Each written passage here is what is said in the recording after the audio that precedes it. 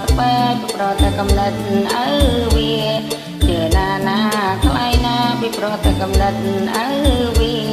ម៉ែម្នាងគុំថាអញ្ចឹងប្រយ័ត្នតែបងខឹងជូនបងថា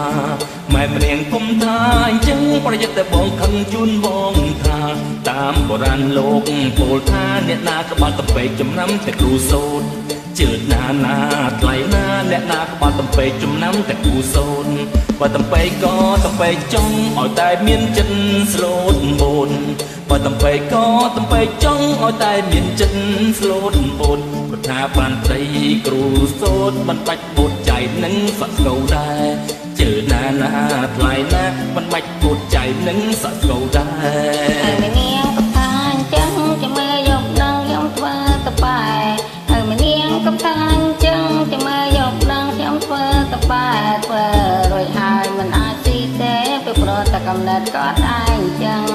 ជឿណាថ្លៃណាពីប្រតែកំណត់ក៏ឯងអញ្ចឹងម៉ែម្នាងមិនអោយខ្ញុំស៊ីខ្ញុំក៏មិនខ្ចីប្រកាន់ខឹងម៉ែម្នាងមិនអោយខ្ញុំស៊ីខ្ញុំក៏មិនខ្ចីប្រកាន់ខឹងចាំមើលតវាលាវិយប់នឹងបងមិនអោយស៊ីនំអន្សំជ្រូកជឿណាថ្លៃណាបងមិនអោយស៊ីនំអន្សំជ្រូកហើយម្នាងមិនអោយខ្ញុំស៊ីខ្ញុំក៏មិនខ្ចីយកដៃលោកហើយម្នាងមិនអោយខ្ញុំស៊ីខ្ញុំក៏មិនខ្ចីយកដៃលោកប្រយ័ត្នខ្ញុំហើយកោឡើងប៉ាន់តឡោអ្នកណាមកជួយទៅមិនបានជឿណាថ្លៃណាអ្នកណាមកជួយទៅមិនបានម៉ែម្នាងចំហុយអាកោកំដាក់នឹងពេងឯងដឹងនឹងចាន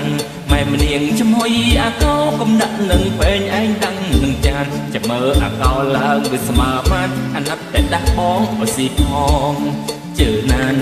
ថ្លៃណាអាណិតតែដាស់បងឲ្យស៊ីផ